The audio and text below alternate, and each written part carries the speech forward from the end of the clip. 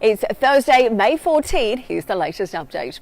The UAE has shut down reports claiming Israeli Prime Minister Benjamin Netanyahu secretly visited the country during the recent Iran conflict, calling the overnight rumours entirely unfounded. Officials added that any official state visit would be publicly announced.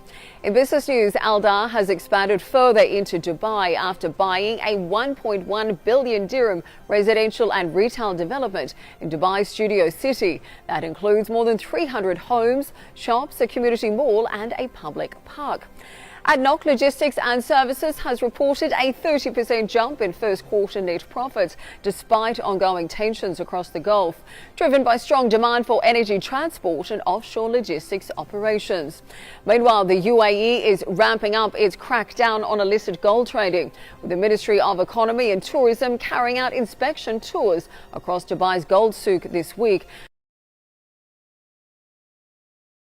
That's Elon Musk, the leader of SpaceX and Tesla, and NVIDIA CEO Jensen Huang getting off of Air Force One in Beijing with President Trump. They are just two of more than a dozen American business and tech leaders joining the president's trip to China this week. The list also includes Apple CEO Tim Cook, as well as representatives from Meta, Qualcomm, Boeing, Visa, Blackstone, and others. Jensen Huang was a last-minute addition to the trip, flying to Alaska to join President Trump's plane late Tuesday. Some of these companies and their leaders already have deep ties to China, like Cook, who has built a massive manufacturing ecosystem in China for Apple, and Musk. Tesla was once praised by Chinese officials as a successful model for collaboration between U.S. and China. There are also companies that could stand to gain something from this trip. NVIDIA, for example, has been pushing China to allow it to restart imports of its chips following a U.S.-China trade tussle. The U.S. eased its own restrictions on exports of some of NVIDIA's less advanced chips.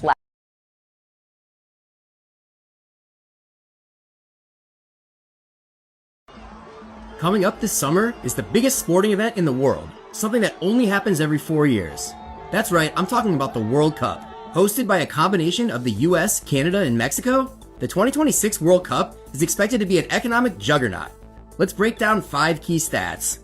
$2.3 trillion. This is the amount of revenue the global sports industry generated in 2025, making it the equivalent of the world's 10th largest economy. That figure is expected to reach $3.7 trillion by 2030, $41 billion. This is how much the World Cup is seen adding to global GDP, 800,000. This is the number of jobs expected to be created around the World Cup, with the US accounting for nearly a quarter of them, 90. This is how many petabytes of data are expected to be collected from the tournament. That's 45 times more than the last World Cup in 2022. And lastly, 7%. That's the share of global internet traffic the World Cup final on July 19th will consume. Okay, so President Trump was just welcomed here in Beijing by Chinese President Xi, a high-stakes handshake between these superpowers, and China really rolled out the red carpet for President Trump, greeting him with this military parade, and then they got down to business. President Trump heaping praise on Chinese President Xi. In return, Xi saying that they should be partners, not adversaries. But all of those pleasantries are really a stark contrast to the very real challenges that are facing this critical relationship. Trump came here hoping to secure deals on trade and technology and artificial intelligence, but the war with Iran is overshadowing all of those ambitions. China, of course, is one of Iran's closest allies, and President Trump is hoping that he can urge China to pressure Iran to come back to the negotiating table and reopen the Strait of Hormuz. If next day deliveries just aren't fast enough, well, Amazon is raising its game. The company now launching Amazon Now. Nearly 4,000 products available for delivery in 30 minutes or less. But it's not free. Prime members have to pay an extra $4 for the ultra-fast service. It will cost non-members $14. Right now, Amazon Now is available in about 9 cities like Seattle, Atlanta, Dallas, and Orlando, but could be headed to a city near you in the coming months. One of the things you notice in China is that there are cameras everywhere, hundreds of millions of them watching every citizen. But the most sophisticated surveillance happens without cameras, through apps. One, a super app called WeChat. It gives people extraordinary convenience, but there's a trade-off. It's the way people book cars, pay for things, and message with their friends. But here's the catch. the Chinese government is monitoring everything you put on that app. China spends a lot on its military, but it actually spends even more than that on its security services at home. Its surveillance, its repression, its monitoring of what people say and do. We know the war in Iran has had far-reaching economic consequences, but for one popular snack company, it's quite literally taking the colour out of its products. Japanese brand Calbee has announced it's ditching the vibrant colours on its packaging for a monochrome black and white look instead. The company claims it's a result of the ongoing blockade in the Strait of Hormuz, disrupting the supply of a key ingredient used in coloured ink. That ingredient is naphtha, a crude oil derivative that's also used in plastics, which Japan relies on Middle Eastern imports for about 40% of its consumption. But the Tokyo-based company is urging consumers not to judge a book by its cover, insisting the food inside is still the same and the packaging change is just a temporary measure. But it does point to a wider concern among companies in Japan and across the world who are feeling the pinch of the war's rising costs and material shortages.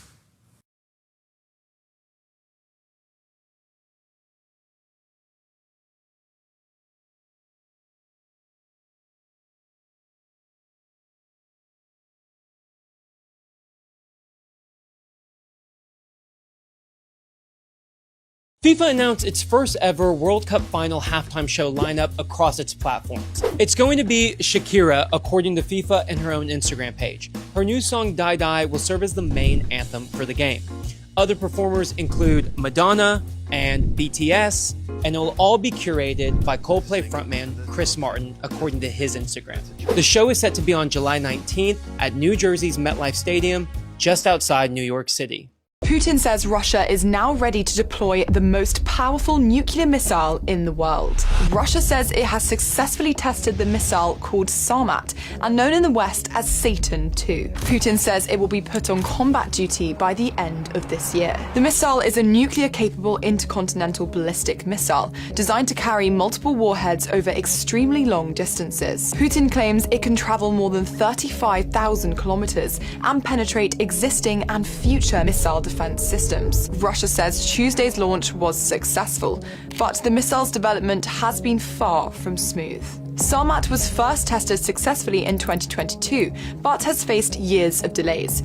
And in 2024, a reported failed test caused a huge explosion and leaving a 200-foot wide crater. The timing is significant. Putin has repeatedly used nuclear language during the war in Ukraine, warning the West against deeper involvement. And this test comes just months after news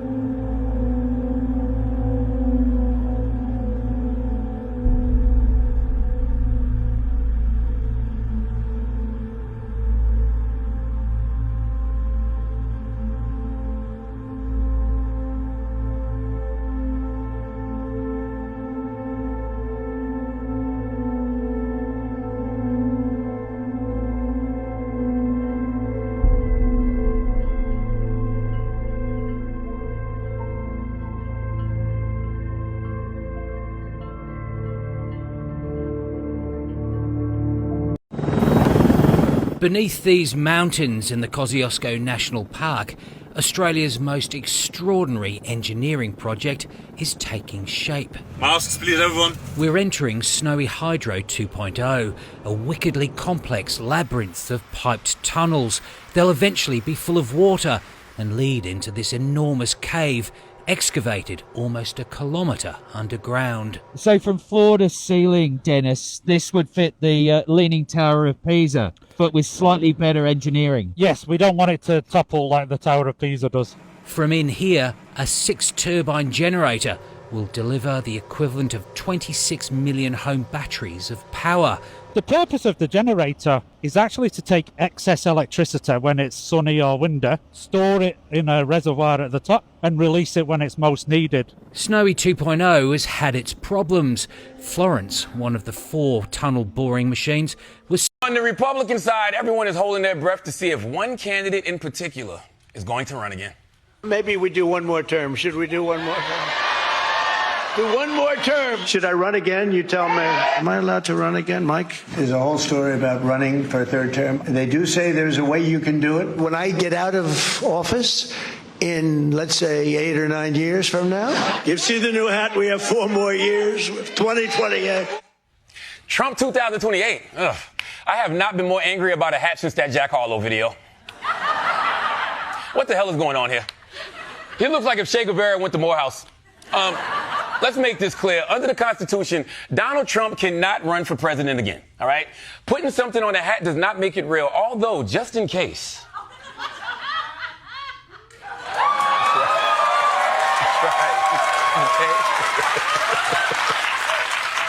But yeah, Trump wants to keep going for another 8 or 9 years, you know. This morning, the Princess of Wales back on the global stage. Kate's first international trip since her cancer recovery, stepping out on her own, a research trip of sorts, learning about a cause she cares deeply about.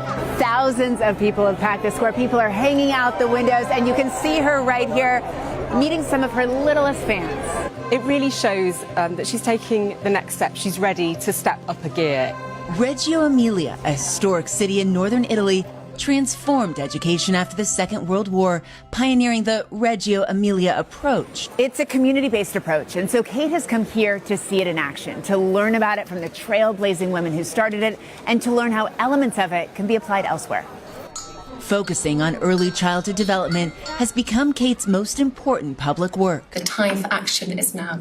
Back in 2021, the future queen launched the Royal Foundation Center for Early Childhood. The best investment for our future health and happiness is in the first 5. President Trump's proposed triumphal arch is so tall and so close to a nearby airport that is now being studied by the FAA, looking at potential safety risks to flights coming in and out of that airport. President Trump wants this arch to be 250 feet, but when you take into account the ground elevation, it will be 279 feet.